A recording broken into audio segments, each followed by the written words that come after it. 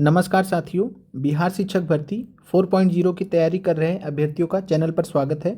आज के इस वीडियो में हम आपसे बीपीएससी टीआरई 3.0 री एग्ज़ाम 6 से 8 जूनियर हिस्ट्री के पेपर का एनालिसिस करेंगे और साथ में जो भी प्रश्न पूछे गए थे उनके बारे में बात करेंगे। पीआरटी के जो अभ्यर्थी हैं उनके लिए इस वीडियो में लगभग 16 से 17 मॉडर्न हिस्ट्री के प्रश्न हैं, तो आप उन्हें देख लीजिएगा जो भी पीआरटी के अभ्यर्थी हैं। बाकी जो 6 से 8 जूनियर के अभ्यर्थी हैं उनके लिए ये पूरा सेशन रहेगा जिसमें हम पूरा 40 प्रश्नों का एनालिसिस तो करेंगे ही, साथ में ये भी देखेंगे कि कहाँ से कितने प्रश्न पूछे गए हैं और साथ में आपको किस हिसाब से जो सिलेबस है वो टीआरई 4.0 के लिए तैयार करना चाहिए। अब यहाँ पर हम आपसे बात करते हैं और आप सभी अभ्यर्थी जो टेलीग्राम चैनल आप लोगों के लिए अलग से बनाया गया है सोशल साइंस के अभ्यर्थियों के लिए, आप उसे ज़रूर ज्वाइन कर लीजिएगा। लिंक आपको कमेंट सेक्शन में दे दिया जाएगा। अब यहाँ पर हम बात करते हैं तो 6 to 8 का जो जूनियर का पेपर हुआ था जिसमें हिस्ट्री का अगर हम बात करें, इतिहास का बात करें तो जो पेपर आपका हुआ था 19 जुलाई 2024 को री एग्ज़ाम हुआ था। और आज के सेशन में हम री एग्ज़ाम के हिसाब से आपको सिलेबस के बारे में डिस्कस करेंगे। फिर आपसे जो प्रश्न हैं 40 के 40 प्रश्न उनको देखेंगे एक एक करके। पहले यहाँ पर आप सिलेबस देख लीजिए तो विश्व इतिहास वर्ल्ड हिस्ट्री से आपके लगभग 16 प्रश्न आए थे और 15 प्लस कह सकते हैं, 40 में से 16 प्रश्न आए थे। और अगर हम बात करें तो इसके लिए आप SCERT 9th और SCERT 10th की जो पुस्तक है वो आपके लिए सबसे आइडियल पुस्तक है। और आपको वर्ल्ड हिस्ट्री की आगे प्लेलिस्ट भी हम बना देंगे और साथ में क्लासेस भी आपको जल्द ही वर्ल्ड हिस्ट्री की अपडेट होकर इस प्लेलिस्ट में जाएंगी। तो आप सभी अभ्यर्थी क्लास 9th और 10th का जो SCERT का क्लास हम कराएंगे आप उसे ज़रूर कर लीजिएगा। साथ में प्रश्न भी हम आपको कराएंगे SCERT 9 10th पर, जिससे आपको कॉन्सेप्ट को समझने में, कहानी को समझने में बहुत आसानी होगी। अब यहाँ पर बात करते हैं और बाकी हमने अलग से भी नोट्स दिए हैं विश्व इतिहास से रिलेटेड सोशल साइंस वाले ग्रुप में। अब यहाँ पर हम बात करते हैं आधुनिक इतिहास की। तो आधुनिक इतिहास की अगर हम बात करें तो यहाँ पर दो चीज़ें आपको ध्यान रखना है कि आधुनिक इतिहास के अंतर्गत हम राष्ट्रीय आंदोलन को भी देखते हैं। तो राष्ट्रीय आंदोलन का जो समय है वो कांग्रेस की स्थापना 1885 से 1947 माना जाता है। और आधुनिक इतिहास की अगर हम बात करें तो आधुनिक इतिहास जो परीक्षा में जो अभी तक पूछा गया वो 1800 से आप एक रेंज ले सकते हैं कि सन 1800 के बाद जो घटनाएं हुई हैं उनको ज़्यादा पूछा गया है बीपीएससी ने। और साथ में यहाँ पर अंग्रेजी शासन के अंतर्गत जो भी गतिविधियाँ रही हैं, चाहे वो विद्रोह रहे हों चाहे वो अन्य घटनाएं रही हों, तो आधुनिक इतिहास के अंतर्गत आपको 1800 से ध्यान रखना है कि 1800 से कम आपको कवर करना है। 1800 से 1885 तक का एक फेज और दूसरा फेज राष्ट्रीय आंदोलन का 1885 से 1947 तक का। इस तरीके से आपको ध्यान रखना है। और हमने जो आप लोगों को क्लास पढ़ाया है वो 1757 प्लासी से स्टार्ट किया था, तो वहाँ से आप लोग कर लीजिएगा तो कोई दिक्कत नहीं होगा। तो 1800 और 1800 से प्रश्न आपसे पूछे गए, लेकिन आप 1757 प्लासी से तैयार कीजिएगा। राष्ट्रीय आंदोलन तो क्लियर है। 17 प्रश्न आपके आए थे आधुनिक इतिहास से टोटल, यानी कि 1800 से लेकर 1947 के बीच में जितनी भी घटनाएं हैं तो वहाँ से 17 प्रश्न आए थे। और यहाँ पर अगर हम बात करें तो क्लास 8 SCERT में आप मॉडर्न हिस्ट्री पढ़ सकते हैं, क्लास 12 SCERT पार्ट 3 में आप मॉडर्न हिस्ट्री पढ़ सकते हैं। मॉडर्न हिस्ट्री का हमने अलग से एक प्लेलिस्ट बना रखा है, बिहार स्पेशल का हमने एक अलग प्लेलिस्ट बना रखा है जहाँ पर आप मॉडर्न हिस्ट्री से रिलेटेड महत्वपूर्ण क्लासेस को देख सकते हैं जो कि परीक्षा दृष्टि से बहुत ही महत्वपूर्ण है। प्राचीन इतिहास की अगर हम बात करें तो पहली बार प्राचीन इतिहास के प्रश्न देखने को मिले 6 से 8 जूनियर में। और ये जो प्रश्न पूछे गए थे लगभग 5 प्रश्न। एक प्रश्न मंगोल साम्राज्य का आ गया था, थोड़ा सा रैंडम आ गया था। जो विश्व स्तर पे जो मेडाइवल हिस्ट्री होता है तो मध्यकालीन इतिहास विश्व का जो होता है उस हिसाब से यहाँ पर प्रश्न आपसे मंगोल साम्राज्य से एक प्रश्न आया था।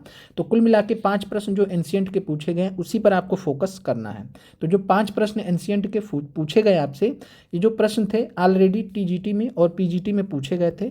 टीजीटी पीजीटी में पूछे गए टॉपिक से रिलेटेड आसान प्रश्न थे, कोई बहुत ज़्यादा कठिन प्रश्न नहीं थे। और आपको जो है उसी हिसाब से हम एक इस लेवल पर क्लासेस आपको देंगे कि आपका जितनी भी महत्वपूर्ण चीज़ें वो कैटर हो जाए।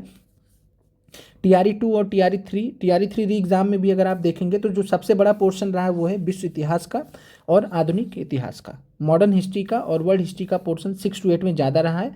प्राचीन इतिहास भी आपको जितना ज़रूरत रहेगा उस हिसाब से कैटर किया जाएगा। बाकी जिन अभ्यर्थियों का टीजीटी भी है तो उनको तो डिटेल में पढ़ना है ही। अब यहाँ पर हम बात करते हैं जो पेपर है, क्वेश्चन पेपर है, उसके बारे में।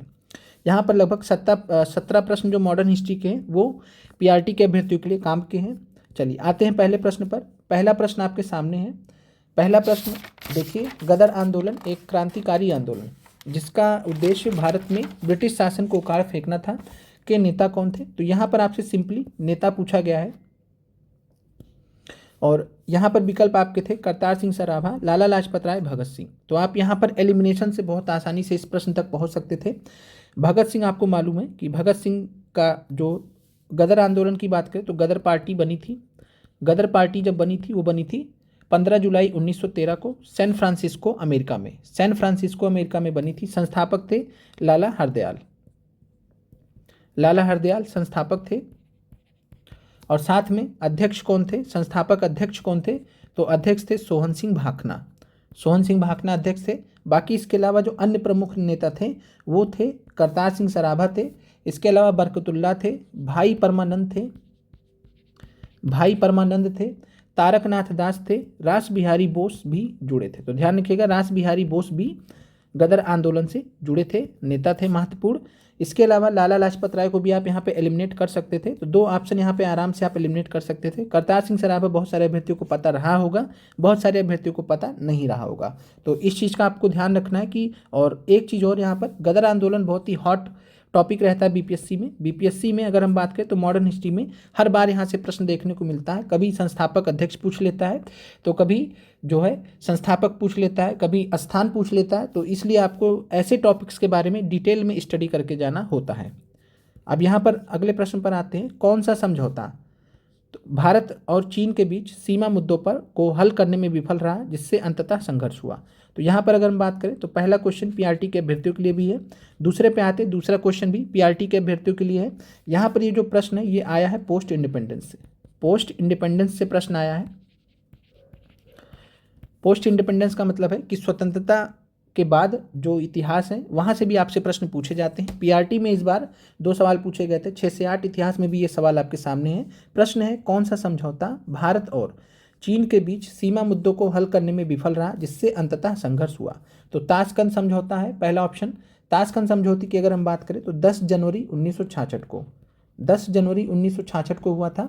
भारत और पाकिस्तान के बीच में 1966 को भारत और पाकिस्तान के बीच में हुआ था। 1965 के युद्ध को ख़त्म करने को लेकर यहाँ पर 1966 में हुआ था। तो ख़त्म होने के बाद जो है 1965 युद्ध जो हुआ था उसी से संबंधित था 10 जनवरी 1966 को ताशकंद समझौता। फिर यहाँ पर शिमला समझौते की बात कर ले तो शिमला समझौता 1972 में हुआ था, 2 जुलाई 1972। और 2 जुलाई 1972 में ये भी भारत और पाकिस्तान के बीच में शांति समझौता था, शांति संधि थी या शांति समझौता था। इंदिरा गांधी और पाकिस्तान की जो राष्ट्रपति थे जुल्फ़िकार अली भुट्टो, तो जुल्फ़िकार अली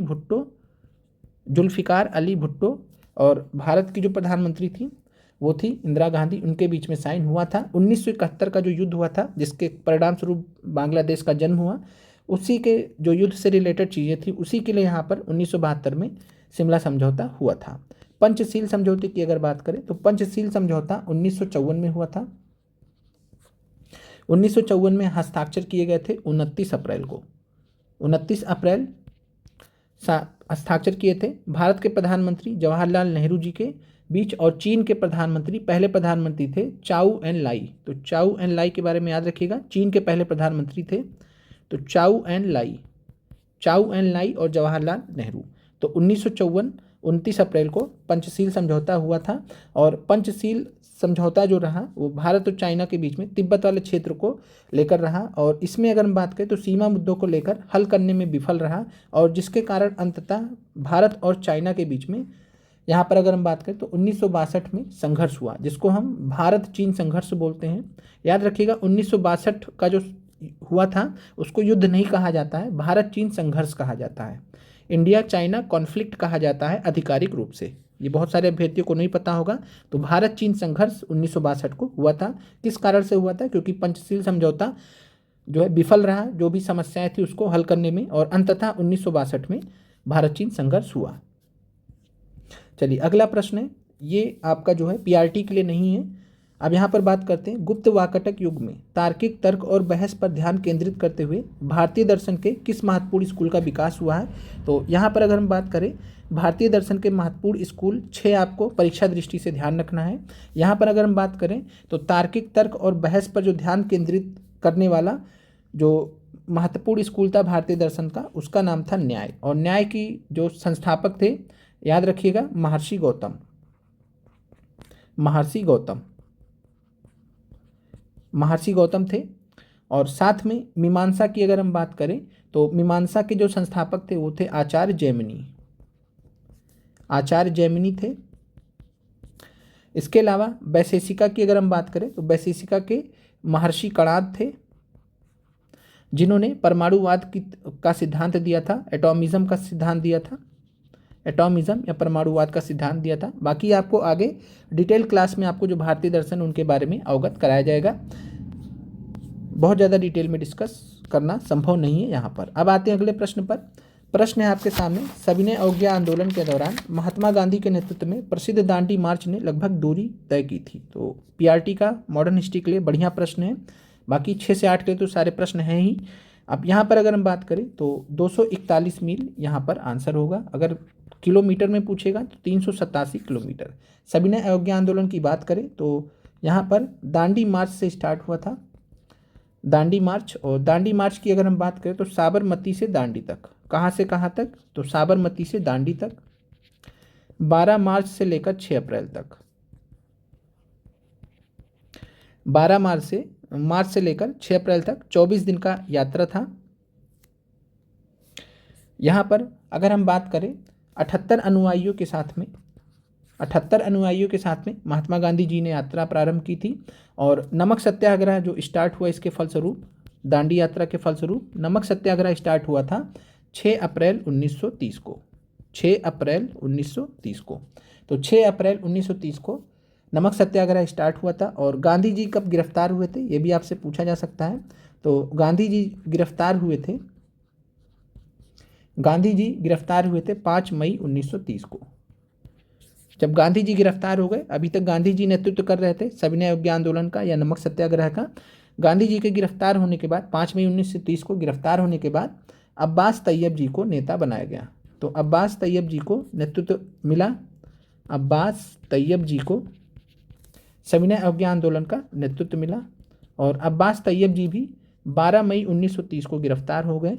और पहले से गांधी जी ने तय कर रखा था कि जब अब्बास तैयब जी भी गिरफ्तार हो जाएंगे तब फिर उसके बाद हम जो है सरोजिनी नायडू को नेतृत्व दिया जाएगा। तो गांधी जी ने पहले से अपने उत्तराधिकारी घोषित कर रखे थे। तो सरोजिनी नायडू ने 21 मई 1930 को, याद रखिएगा परीक्षा दृष्टि से, धरसाना नमक सत्याग्रह को लीड किया था। तो धरसाना साल्ट वर्क पे जाकर, या फैक्ट्री थी जहाँ पर जाके धावा बोला गया था, तो धरसाना नमक सत्याग्रह का नेतृत्व किया था सरोजिनी नायडू ने 21 मई 1930 को। इनके साथ में इमाम साहब और मणिलाल भी थे। तो इमाम साहब और मणिलाल साथ में थे, सरोजिनी नायडू ने लीड किया था। चलिए अब यहाँ पर आगे बढ़ते हैं। किस असीरियन राजा ने अपनी राजधानी नीनवे में एक पुस्तकालय एकत्रित किया था? तो ये आपका जो है एंशियंट का प्रश्न है। और पीआरटी के लिए प्रश्न जो है नहीं है, पीआरटी के लिए केवल मॉडर्न हिस्ट्री के प्रश्न है। तो यहाँ पर अगर हम बात करें असुरबनिपाल, यहाँ पर आंसर है। बाकी डिटेल में हम आगे की क्लासेस में देखेंगे जो जो टॉपिक्स यहाँ पे प्रश्न आए हैं। अगला प्रश्न है, वियतनामी राष्ट्रवादी इतिहास में 1930 में येन बाई विद्रोह का क्या महत्व था? तो इसने फ्रांसीसी औपनिवेशिक शासन के खिलाफ सशस्त्र प्रतिरोध की शुरुआत को चिन्हित किया। ये भी वर्ल्ड हिस्ट्री का प्रश्न है, पीआरटी के लिए काम का नहीं है। चलिए अगला प्रश्न है, पीआरटी के लिए भी महत्वपूर्ण है। ज्योग्राफी में ऐसे प्रश्न पूछे जाते रहे हैं, इस बार हिस्ट्री में प्रश्न पूछा गया है। Tata iron and steel company, जिसको हम टिस्को कहते हैं, टिस्को कहते हैं, की स्थापना किस वर्ष हुई, जिसने यह भारत में पहले बड़े पैमाने पर स्टील उत्पादक बन गई? तो टाटा आयरन स्टील कंपनी की जो स्थापना वो 1907 में किया था। और 1907 26 अगस्त 1907 को बना था। और इसको स्थापित किया था दोराबजी टाटा ने, दोराबजी टाटा ने। और इनके पिताजी थे, दोराबजी टाटा जी के पिताजी थे जमशेदजी टाटा। जमशेदजी टाटा इसके संस्थापक माने जाते हैं, जमशेदजी टाटा इसके संस्थापक माने जाते हैं टिस्को के। और इन्हीं के पुत्र थे दोराबजी टाटा। दोराबजी टाटा ने 1907 में फाइनली स्थापित किया था टिस्को को। अगला प्रश्न है, प्रथम विश्व युद्ध ने भारत के व्यापार संतुलन को कैसे प्रभावित किया? वर्ल्ड हिस्ट्री का प्रश्न है ये। और पीआरटी के अभ्यर्थियों को इतना ध्यान रखना कि जब वर्ल्ड हिस्ट्री का प्रश्न होगा तो आपको काम का नहीं है। एंशिएंट हिस्ट्री का प्रश्न होगा तो आपके काम का नहीं है। बाकी मॉडर्न हिस्ट्री आप समझते हैं इतना। चलिए, प्रथम विश्व युद्ध ने भारत के व्यापार संतुलन को कैसे प्रभावित किया? प्रथम विश्व युद्ध 1914 से 18 के मध्य हुआ। और यहाँ पर अगर हम बात करें तो इसका भारत के व्यापार संतुलन पर कोई महत्वपूर्ण प्रभाव नहीं पड़ा। तो ऐसा तो हो नहीं सकता कितना बड़ा विश्व युद्ध हो और प्रभाव ही ना पड़े। फिर यहाँ पर है निर्यात में कमी के कारण व्यापार में घाटा हुआ। दूसरा है इससे निर्यात में वृद्धि के कारण व्यापार में अधिशेष हुआ। अब यहाँ पर अगर हम बात करें तो निर्यात में वृद्धि तो हो नहीं सकता, क्योंकि प्रथम विश्व युद्ध के वजह से चीज़ें हाल्ट पर आ जाती हैं, रुक जाती हैं, व्यापार रुक जाता है। तो यहाँ पर ये भी ऑप्शन नहीं है। और आंसर क्या होगा? निर्यात में कमी के कारण व्यापार में घाटा हुआ। तो प्रथम विश्व युद्ध ने भारत के व्यापार संतुलन को कैसे प्रभावित किया? निर्यात में कमी के कारण व्यापार में घाटा हुआ। अगला प्रश्न है स्टेलिनग्राड। स्टेलिनग्राड की लड़ाई द्वितीय विश्व युद्ध में एक महत्वपूर्ण मोड़ किन दो देशों के बीच हुई थी? तो वर्ल्ड हिस्ट्री का प्रश्न है। इटली और फ्रांस, संयुक्त राज्य अमेरिका और जापान, जर्मनी और सोवियत संघ। तो जर्मनी और सोवियत संघ के बीच में बैटल ऑफ स्टालिनग्राद की लड़ाई हुई थी। 17 जुलाई को स्टार्ट हुआ था। 17 जुलाई 1942 को प्रारंभ हुआ और 2 फरवरी 1943 तक चला था। ये आपको याद होना चाहिए। तो 17 जुलाई 1942 से लेकर 2 फरवरी 1943 तक चला। और द्वितीय विश्व युद्ध के दौरान जो रूस था, रूस का यहाँ पर पार्ट था। स्टेलिनग्राद जो शहर था रूस का पार्ट था। स्टेलिनग्राद को आज हम वोल्गोग्राड के नाम से जानते हैं। वोल्गोग्राड, स्टेलिनग्राड को वोल्गोग्राड के नाम से जानते हैं। और उस समय रूस ने या सोवियत संघ ने स्टेलिनग्राद की रक्षा की, डिफेंड किया जर्मनी से। अगला प्रश्न है क्राउन शासन के तहत, मॉडर्न हिस्ट्री का प्रश्न है, क्राउन शासन के तहत भारत का पहला वायसराय और गवर्नर जनरल कौन था? तो क्राउन शासन की यहाँ पे बात कर रही है, किया जा रहा। क्राउन शासन आप सभी को मालूम है 1858 से प्रारंभ हुआ। 1858 के अधिनियम के तहत 1858 से भारत में क्राउन शासन लगाया गया था। क्राउन शासन के तहत भारत का पहला वायसराय था या अंतिम गवर्नर जनरल था, एक ही था। वो कौन था? Lord Canning. लॉर्ड कैनिंग की हम बात करें तो लॉर्ड कैनिंग बने थे गवर्नर जनरल 1856 में। इन्हीं के समय में 1857 की क्रांति हुई। 1858 तक ये गवर्नर जनरल बने रहे। 1858 से लेकर 1862 तक ये भारत के पहले वायसराय रहे। क्लियर है? लॉर्ड डलहौजी की बात करें तो 1848 से 56 के बीच में ये थे। लॉर्ड मिंटो की अगर हम बात करें तो 1905 से 10 के बीच में थे। बाकी डिटेल में एक क्लास आपको आगे हम देंगे, जो स्पेशल क्लासेस आपकी आएंगी सीरीज़ में, तो वहाँ पर हम महत्वपूर्ण जो भी गवर्नर जनरल्स हैं उनके बारे में बात करेंगे। उनके समय में जो महत्वपूर्ण घटनाएं हुई होंगी उनके बारे में बात करेंगे, जिससे आपका रिवीजन भी हो जाएगा। चलिए, अगला प्रश्न है एंशिएंट हिस्ट्री का प्रश्न है। 7वीं शताब्दी ईसा पूर्व के दौरान भारत का कौन शासक था जो बौद्ध धर्म के संरक्षण और सांस्कृतिक गतिविधियों के समर्थन के लिए जाना जाता था? तो यहाँ पर अगर हम बात करें तो 7वीं शताब्दी ईसा पूर्व में केवल एक ही शासक थे, वो थे हर्ष।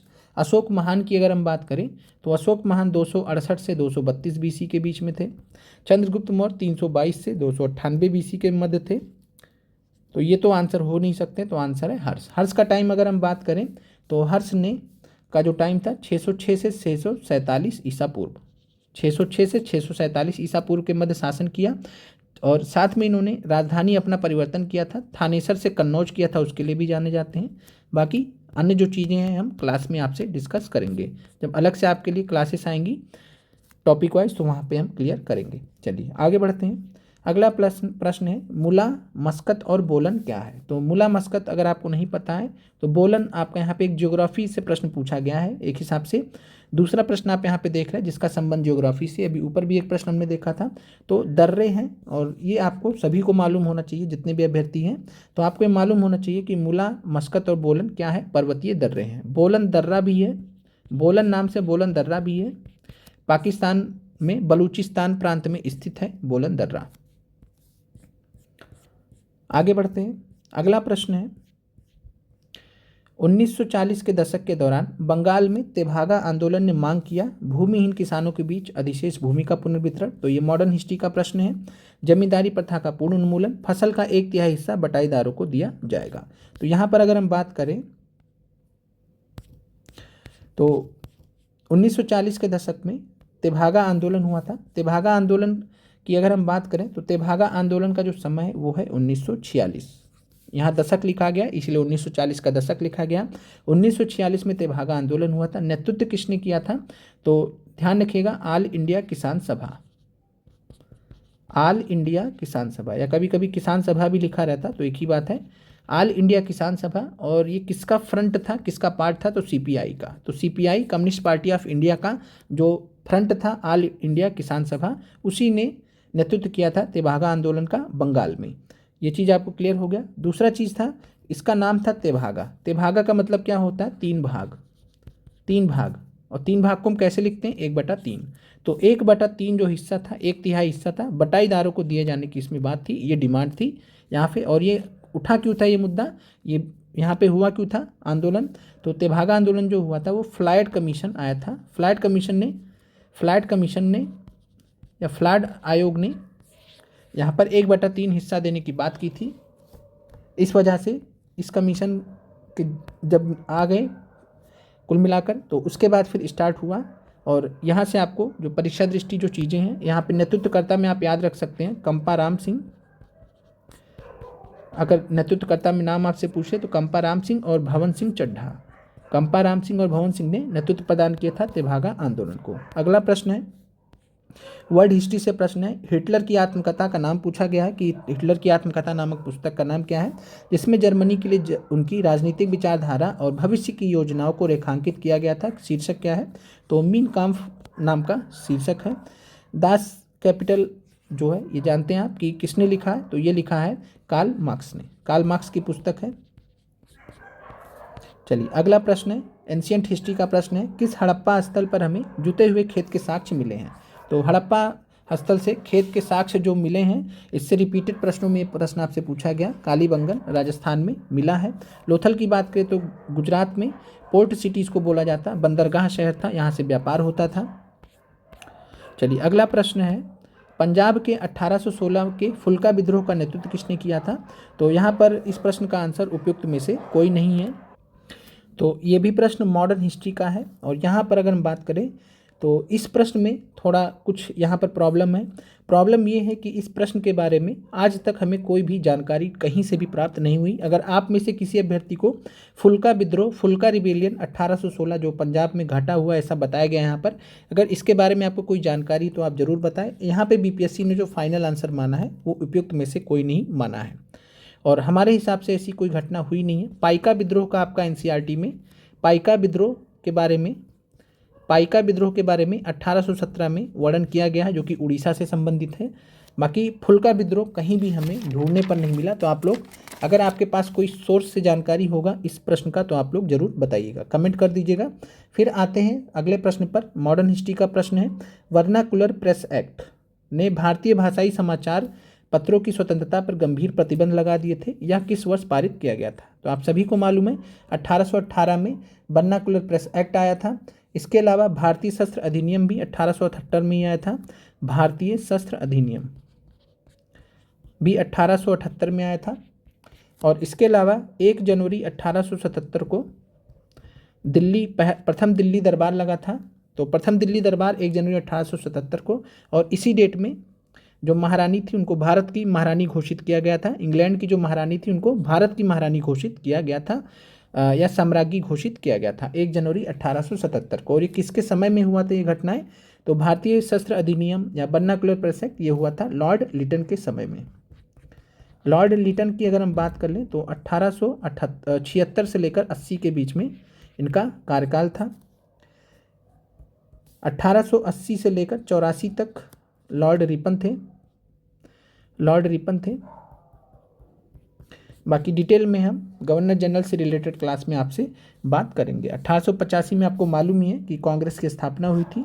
अगला प्रश्न है, मंगोल साम्राज्य के संदर्भ में यम क्या था? तो यहाँ पे यम की अगर हम बात करें तो मंगोल साम्राज्य के संदर्भ में एक प्रश्न आपसे यहाँ पर पूछा गया है, कुरियर प्रणाली होता है। यम मतलब कुरियर प्रणाली होता है।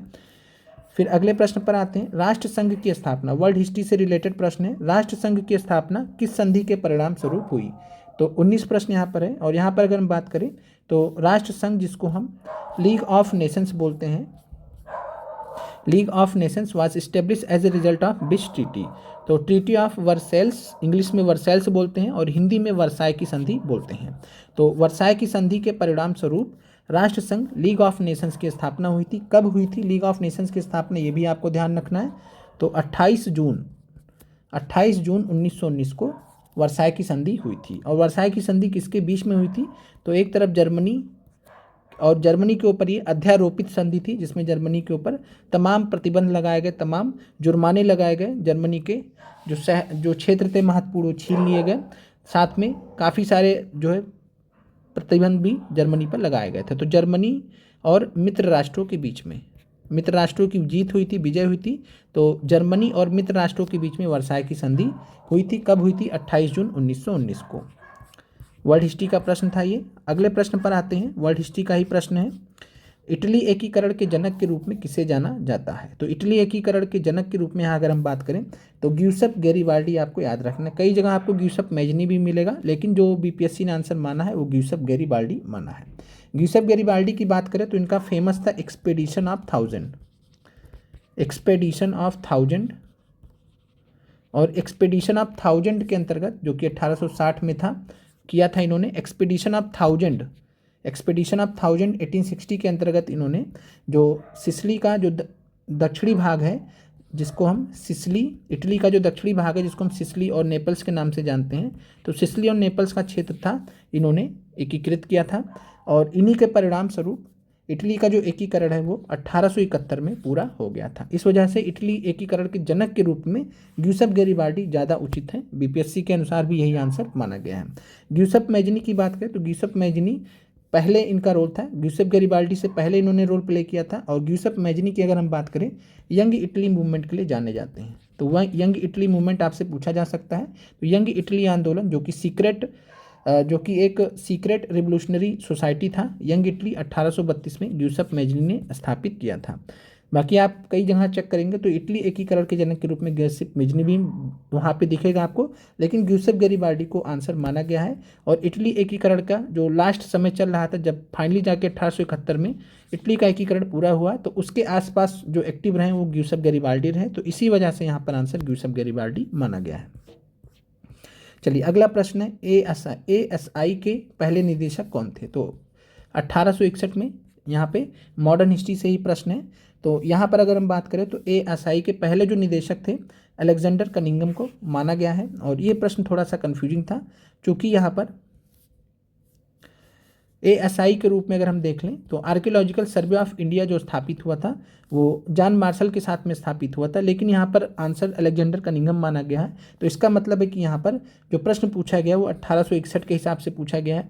और 1861 में जो है एएसआई के नाम से स्थापना नहीं हुआ था। यहाँ पर अगर हम बात करें, और यहाँ पर अगर हम बात करें तो इंडियन आर्कियोलॉजिकल सर्वे के नाम से स्थापित हुआ था, लेकिन यहाँ पे मान लिया गया है। तो आप भी इस चीज़ का ध्यान रखिएगा कि एएसआई के हिसाब से पूछे, चाहे आईएएस के हिसाब से पूछे, इंडियन आर्कियोलॉजिकल सर्वे के हिसाब से पूछे, या एएसआई के हिसाब से पूछे, आर्कियोलॉजिकल सर्वे ऑफ इंडिया, तो आपको अलेक्जेंडर कनिंघम ही ध्यान रखना है। और यहाँ पर कहीं आपको एएसआई मिलेगा, कहीं आपको इंडियन आर्कियोलॉजिकल सर्वे मिलेगा, दोनों मिलेंगी, तो यहाँ पर दोनों ही मान्य हैं। तो इस चीज़ का ध्यान रखिएगा कि एएसआई बोले या आईएएस बोले, दोनों के पहले निदेशक कौन है? Alexander Cunningham. 1861 से यहाँ पर अगर हम बात करें तो 65 के मध्य ये डायरेक्टर जनरल थे, पहले निदेशक थे।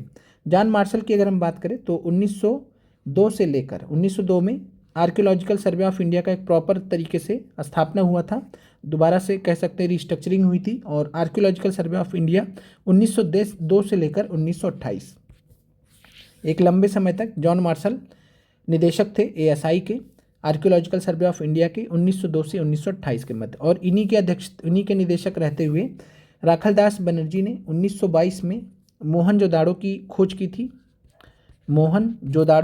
थी, और साथ में दयाराम साहनी ने हड़प्पा की खोज की थी। चलिए आगे बढ़ते हैं अगले प्रश्न पर। अगला प्रश्न जो है वर्ल्ड हिस्ट्री से रिलेटेड है।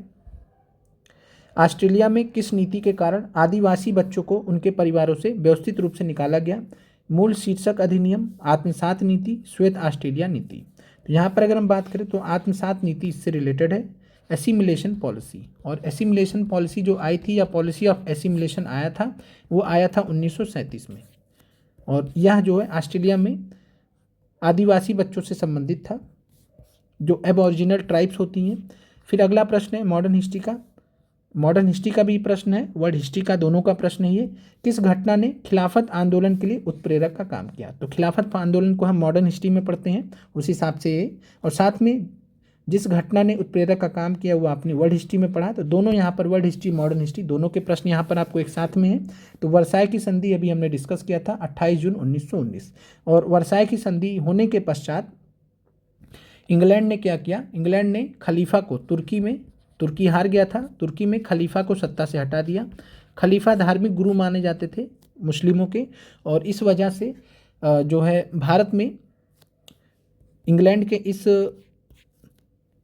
चीज़ के बाद जब उन्होंने तुर्की के खलीफा को उनके पोस्ट से सत्ता से हटा दिया, बेदखल कर दिया, और तुर्की के कई सारे पार्ट छीन लिए गए, तो उसके बाद इस चीज़ के विरोध में प्रदर्शन हुए, आंदोलन हुई, और उस आंदोलन का नाम था खिलाफत आंदोलन। खिलाफत आंदोलन का नेतृत्व किसने किया था? तो अली बंधु थे। और अली बंधु में अगर हम बात करें तो मौलाना मोहम्मद अली और शौकत अली, मौलाना मोहम्मद अली और उनके भाई शौकत अली, मौलाना मोहम्मद अली और शौकत अली, जिनको हम जानते हैं अली बंधु के नाम से। बंगाल का विभाजन तो बहुत पहले हुआ था। जालियांवाला बाग हत्याकांड 1919 इससे संबंधित नहीं है। चलिए आगे बढ़ते हैं। अगला प्रश्न है मॉडर्न हिस्ट्री का। 1916 के लखनऊ सत्र के दौरान भारतीय राष्ट्रीय कांग्रेस के अध्यक्ष कौन थे, जहां कांग्रेस लीग समझौते पर हस्ताक्षर किए गए थे? तो 1916 का लखनऊ सत्र आपको बहुत भली भांति पता है कि कांग्रेस के अध्यक्ष कौन थे? अंबिका चरण मजूमदार। एनी बेसेंट पहली महिला अध्यक्ष बनी थी कांग्रेस की 1917 के कलकत्ता अधिवेशन में। बाल गंगाधर तिलक कांग्रेस के अध्यक्ष अपने जीवन काल में कभी नहीं थे, तो ये भी आपको ध्यान रखना परीक्षा दृष्टि से कि निम्नलिखित में से कौन कभी कांग्रेस का अध्यक्ष नहीं था? तो बाल गंगाधर तिलक। क्लियर है? आगे बढ़ते हैं। अगला प्रश्न है ताना भगत आंदोलन ब्रिटिश शासन के खिलाफ एक अहिंसक आंदोलन था। ये भी पीआरटी के जो इतने भी अभ्यर्थी हैं, मॉडर्न हिस्ट्री का सवाल है तो आपके लिए भी महत्वपूर्ण है। किस भारतीय राज्य के आदिवासी समुदाय के बीच उत्पन्न हुआ था? तो छोटा नागपुर का जो क्षेत्र है, छोटा नागपुर पठार का, वहाँ पर झारखंड का जो क्षेत्र है वहाँ से संबंधित था। और यहाँ पर ताना भगत आंदोलन 1914 से 20 के मध्य हुआ था। गांधी जी का जो अहिंसात्मक जो एक कॉन्सेप्ट था अहिंसा का, नॉन वायलेंस का, उसी पर आधारित सत्याग्रह था ताना भगत आंदोलन 1914 से 20 के मध्य। और इसके नेता कौन थे ये आपको परीक्षा में पूछा जा सकता है। तो जतरा भगत थे। जतरा भगत ने उरांव जनजाति से ताना भगत आंदोलन बनाया था, ताना भगत समुदाय बनाया था। जतरा भगत ने उरांव जनजाति से ताना भगत नाम का एक समुदाय बनाया था और उसी समुदाय का काम था इस आंदोलन को करना। और ये किया क्यों गया था? तो जो जमींदार लोग थे बहुत ज़्यादा प्रताड़ित कर रहे थे उरांव जनजाति को, तो इस वजह से इन्होंने विरोध किया था। 1920 तक आते आते जो ताना भगत आंदोलन था, भारतीय राष्ट्रीय कांग्रेस के द्वारा जो आंदोलन चलाया जा रहा था महात्मा गांधी के नेतृत्व में, उसी में ये जुड़ गया, कुल मिलाकर राष्ट्रीय आंदोलन का पार्ट हो गया। और इस वजह से आप देखते हैं कि 1922 में जो गया अधिवेशन हुआ था बिहार में, वहाँ पर उरांव जनजाति के लोग पहुँचे थे, उरांव जनजाति ने भाग लिया था गया अधिवेशन में। ये आपसे TRE 1 में प्रश्न पूछा गया था। चलिए अगला प्रश्न है 1901 में दादा भाई नौरोजी की पुस्तक poverty and un British rule in India, ये आपको कराया भी गया, पढ़ाया भी गया। तो किसके प्रकाशन में सहायक भूमिका निभाई गई? तो इसमें जो है यहाँ से आपसे पूछा गया है कि जो दादा भाई नौरोजी की पुस्तक है poverty and un British rule India, इसने क्या काम किया था? जाति व्यवस्था के उन्मूलन की वकालत किया था? बिल्कुल नहीं।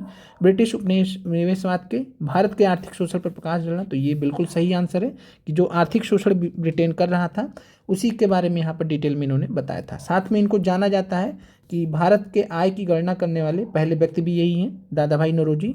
और ये आंसर यहाँ पर नहीं है, सी भी आंसर नहीं है, तो यहाँ पर आंसर हो जाएगा 1901 में बी। मॉडर्न हिस्ट्री का ये भी प्रश्न है। चलिए अगले प्रश्न पर आते हैं। यहाँ पर मॉडर्न हिस्ट्री का ही प्रश्न है, रॉयल इंडियन नेवी विद्रोह जिसे बॉम्बे विद्रोह के नाम से जाना जाता है किस वर्ष हुआ? तो 1946 में रॉयल इंडियन नेवी विद्रोह हुआ था, जिसे हम बॉम्बे विद्रोह के नाम से जानते हैं। औपनिवेशिक काल के दौरान रेलवे का भारतीय उद्योगों पर क्या प्रभाव पड़ा? तो ये भी आपका मॉडर्न हिस्ट्री का प्रश्न है। और यहाँ पर आप देख रहे हैं कि मॉडर्न हिस्ट्री के प्रश्न में भी अगर हम बात करें तो भारतीय राष्ट्रीय आंदोलन से भी प्रश्न देखने को मिलते हैं, और उससे पहले कांग्रेस की जो है स्थापना से पहले की भी घटनाएं मिल रही हैं। तो ये आपका यहाँ पर है, कांग्रेस की स्थापना के पहले का भी है, बाद का भी है, दोनों का यहाँ पर है। तो यहाँ पर अगर हम बात करें औपनिवेशिक काल के दौरान रेलवे का भारतीय उद्योगों पर प्रभाव क्या पड़ता है। दूर दराज के क्षेत्रों में उद्यमिता को प्रोत्साहित किया गया, आयात को बढ़ावा देकर औद्योगिक विकास में बाधा डाली, सस्ता परिवहन प्रदान करके औद्योगिक विकास को बढ़ावा दिया। तो यहाँ पर आंसर माना गया है बीपीएससी द्वारा, आयात को बढ़ावा देकर औद्योगिक विकास में बाधा डाली। तो औद्योगिक विकास में बाधा किसकी डाली, तो भारत में औद्योगिक विकास नहीं होने दिया, इतना ज़्यादा आयात होता था रेलवे के कारण। तो आयात का जो है बढ़ गया, काफ़ी ज़्यादा बढ़ गया। एक टाइम में भारत निर्यात कर रहा था, लेकिन एक टाइम के बाद स्थिति उल्टी हो गई, भारत में जो है अब आयात कर रहा है, इंपोर्ट कर रहा है, और आयात होकर सामान किसके माध्यम से आ रहे, तो रेलवे के माध्यम से आ रहे हैं। अगला प्रश्न है, मॉडर्न हिस्ट्री का ही प्रश्न है, प्रथम विश्व युद्ध के दौरान किस ब्रिटिश नीति का उद्देश्य भारत में असहमति को दबाना और नागरिक स्वतंत्रता को कम करना था। तो आपको मालूम है कि जो रोलेट एक्ट है नागरिक स्वतंत्रता को ख़त्म ही कर दिया था, कम क्या ख़त्म ही कर दिया था। ना कोई आप वकील रख सकते हैं, ना कोई आप दलील दे सकते हैं, सीधे आपको जेल कर दिया जाएगा, आप कुछ भी नहीं कर सकते हैं। तो रोलेट एक्ट, जिसको काला कानून कहा गया था, काला कानून कहा गया था, इसके विरोध में गांधी जी ने रोलेट सत्याग्रह भी स्टार्ट किया था। अगला प्रश्न है, मॉडर्न हिस्ट्री का प्रश्न है ये, वर्ल्ड हिस्ट्री का प्रश्न है ये, किस घटना से राष्ट्रसंघ के प्रभाव और अधिकार में गिरावट की शुरुआत हुई। तो राष्ट्रसंघ की अगर हम बात करें तो league of Nations, league of Nations या राष्ट्रसंघ की बात करें तो हमने बात किया था कि इसकी स्थापना हुआ था वर्साई की संधि के फलस्वरूप हुआ था। और यहाँ पर अगर हम बात करें तो वर्साई की संधि के फलस्वरूप 1919 या 20 में हुआ था, एक बार इसको चेक कर लीजिएगा। और जब द्वितीय विश्व युद्ध स्टार्ट हुआ तो द्वितीय विश्व युद्ध स्टार्ट होने के बाद राष्ट्रसंघ का प्रभाव है वो कम होने लगा, बहुत कम होने लगा, और विश्व युद्ध समाप्त होते होते राष्ट्रसंघ को हटाकर क्या बना दिया गया, यूनाइटेड नेशंस। तो राष्ट्रसंघ को ही एक रिस्ट्रक्चर कर दिया गया, चेंज कर दिया गया, बना दिया गया राष्ट्रसंघ, मतलब यूनाइटेड नेशंस बना दिया गया। लीग ऑफ नेशंस की जगह पे क्या बना दिया गया, यूनाइटेड नेशंस। तो यहाँ पे आपको ध्यान रखना है, हिंदी में नाम आपको सेम दिख सकते हैं, लेकिन अंग्रेजी से आपको ध्यान रखना है यूनाइटेड नेशंस की स्थापना हुई। तो यूनाइटेड नेशंस अलग है, लीग ऑफ नेशंस को ही रीस्ट्रक्चर करके एक हिसाब से यूनाइटेड नेशंस बना। तो ऐसा क्यों हुआ था, तो द्वितीय विश्व युद्ध का प्रकोप बिल्कुल कारण था कि द्वितीय विश्व युद्ध के कारण एबिसीनिया पर इतालवी आक्रमण। तो एबिसीनिया की अगर हम बात करें तो एबिसीनिया पर इतालवी आक्रमण, एबिसीनिया बोलते हैं इथियोपिया को। तो इथियोपिया का जो पार्ट है एबिसीनिया प्लेटू के नाम से जाना जाता है। तो इथियोपिया वाले पार्ट पर मिस्र के नीचे एबिसीनिया पर इतालवी आक्रमण, ये भी कारण था। जापान द्वारा मंचूरिया पर आक्रमण। तो ये सब द्वितीय विश्व युद्ध से रिलेटेड घटनाएं थी, और राष्ट्रसंघ कहीं पर भी कंट्रोल नहीं कर पा रहा था, हर जगह आक्रमण पे आक्रमण चल रहे हैं। राष्ट्रसंघ का काम क्या था, बनाया किस लिए गया था कि शांति बनाए रखना, युद्ध नहीं होने देना। यहाँ पे युद्ध चल रहे हैं, आक्रमण पे आक्रमण हो रहे हैं, तो राष्ट्रसंघ का वैल्यू घटने लगा, गिरने लगा। तो यहाँ पर आंसर हो जाएगा उपयुक्त में से एक से अधिक। चलिए अगले प्रश्न पर आते हैं, मगध की राजधानी राजगीर का प्राकृत नाम क्या है। तो यहाँ पर राजगृह, आसान प्रश्न, राजगीर से राजगृह भी समझ सकते हैं। तो राजगृह यहाँ पर आंसर है, मगध की राजधानी का नाम था। आगे चलकर पाटलिपुत्र भी बना। 1878 में द हिंदू अखबार की स्थापना किसने की, जो भारतीय राष्ट्रीय आंदोलन के दौरान जनमत को आकार देने में प्रभावशाली रहा। तो महात्मा गांधी तो बिल्कुल नहीं है, उपयुक्त में से एक से अधिक आंसर है। जी सुब्रमण्यम अय्यर और बी राघवाचारी ने यहाँ पर बात करें तो इसके संस्थापक थे। तो संस्थापक में दो लोग संस्थापक थे, जी सुब्रमण्यम अय्यर और बी राघवाचारी। 1878 में द हिंदू अखबार की स्थापना किया था इन्होंने। भारतीय राष्ट्रीय आंदोलन के दौरान जनमत को आकार देने में प्रभावशाली था। तो यहाँ पर आप ध्यान रखिएगा परीक्षा दृष्टि से कि जी सुब्रमण्यम अय्यर और बी राघवाचारी दोनों संस्थापक हैं द हिंदू अखबार 1878 में जो शुरू हुआ था। अगला प्रश्न है, वर्ल्ड हिस्ट्री का प्रश्न है ये। 1776 में, यह हमने आपको कराया भी था, थॉमस पेन द्वारा किस प्रभावशाली पैम्फलेट के प्रकाशन ने अमेरिकी उपनिवेशवादियों के बीच स्वतंत्रता के समर्थन जुटाने में मदद की। स्वतंत्रता की घोषणा, तो ये हमने आप जो है आपने पढ़ा भी होगा, बाकी हमने आपको बताया भी था कि स्वतंत्रता की घोषणा अगर हम बात करें तो स्वतंत्रता की जो घोषणा है वो किससे संबंधित है, तो ये संबंधित है थॉमस जेफरसन से। थॉमस जेफरसन से संबंधित है।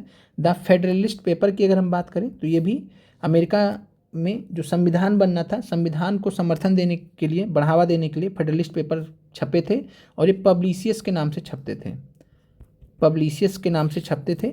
और इसको इससे लिखा किसने था, इसको लिखते कौन थे, तो अलेक्जेंडर हैमिल्टन,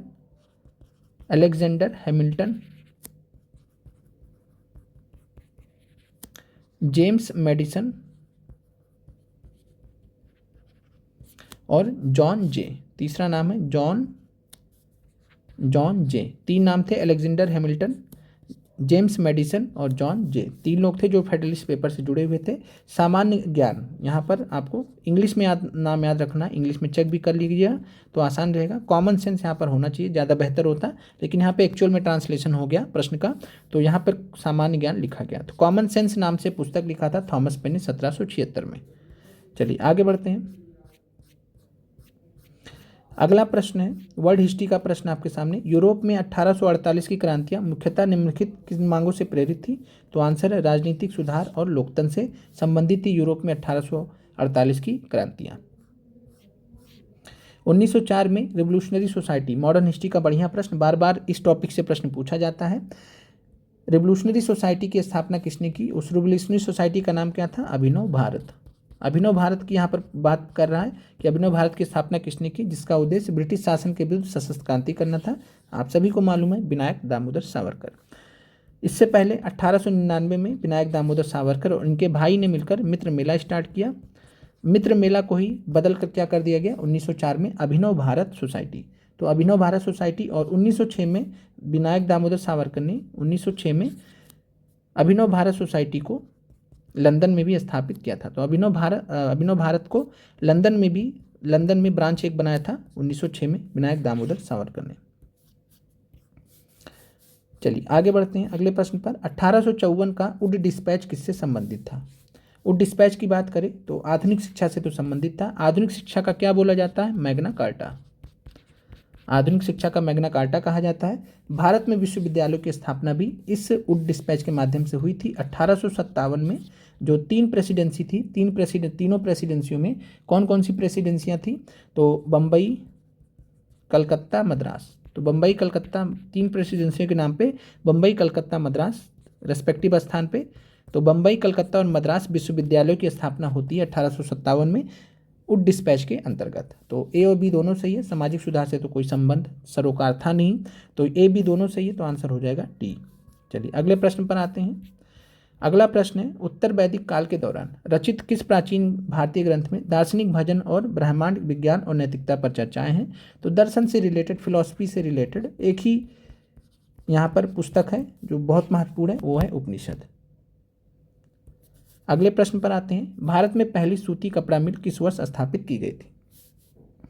और भारत में जो पहली सूती कपड़ा मिल थी वो असफल रही थी। कलकत्ता के पास में फोर्ट ग्लॉस्टर नाम का एक स्थान था, फोर्ट ग्लास्टर। तो फोर्ट ग्लास्टर नाम का एक स्थान था, वहाँ पे 1858 में पहली सूती कपड़ा मिल स्थापित की गई थी और ये असफल रही थी क्योंकि पहली यहाँ पर पूछा गया, तो इसलिए आंसर यहाँ पे 1818 माना गया। बहुत सारे अभ्यर्थियों ने कन्फ्यूज होकर 1854 लगा दिया, क्योंकि TRE 2 में ऐसा मिलता जुलता प्रश्न आपसे पूछा गया था, लेकिन वहाँ पे एक वर्ड था सफल। तो सफल की अगर हम बात करें तो पहली सफल सूती कपड़ा मिल वो बनी थी 1854 में। अगला प्रश्न है 1917 की क्रांति के दौरान, वर्ल्ड हिस्ट्री का प्रश्न है, बोल्शेविकों ने का नारा क्या था। तो दुनिया के मजदूर एक हो जाओ। तो ये आपको पता है कि कार्ल मार्क्स से रिलेटेड है। स्वतंत्रता समानता भाईचारा तो है नहीं, ये स्वतंत्रता समानता भाईचारा की बात करें तो ये फ्रांस की क्रांति से संबंधित आप देखते हैं। शांति भूमि रोटी एक आंसर ऑप्शन बचता है, एलिमिनेट करके भी आप इस आंसर तक पहुंच सकते थे अगर आपको नहीं मालूम था।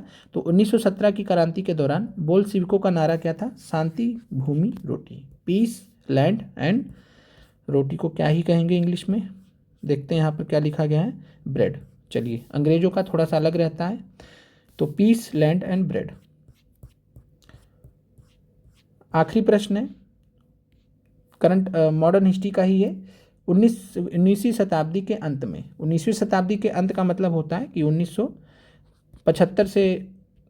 1875 से लेकर 1899 का जो एक पीरियड है, या 1900 के मध्य का पीरियड है। तो 1875 से 1900 का जो पीरियड है उसको हम यहाँ पर कंसीडर कर सकते हैं 19वीं शताब्दी के अंत में, लेकिन उतना बेहतर नहीं होगा। 19वीं शताब्दी का अंत का मतलब ये होता है कि 1900 के आसपास, लेकिन यहाँ पर जो प्रश्न है उसका संबंध यहाँ पर 1872 से, इसलिए हम आपको इस हिसाब से बता रहे हैं। 19वीं शताब्दी के अंत में वर्तमान मेघालय के गारो हिल्स में ब्रिटिश अधिकारियों के खिलाफ आदिवासी विद्रोह में कौन सा आदिवासी नेता शामिल था? तो यहाँ पे दिया गया उपयुक्त में से कोई नहीं। और यहाँ पे अगर हम बात कर लें तो 1872 में एक घटना हुई थी। 1890, 95, 99 में कोई घटना नहीं हुई है। जो लास्ट घटना हुई है वो 1872 में हुई है। तो ध्यान रखिएगा 1872। और 1872 को हम 19वीं शताब्दी के अंत में नहीं कह सकते हैं, तो उस हिसाब से भी यहाँ पर आंसर कि 19वीं शताब्दी के अंत में तो हुआ नहीं, 1872 में हुआ था। और 1872 में किसने नेतृत्व प्रदान किया था? तो ये आपको ध्यान रखना है परीक्षा दृष्टि से।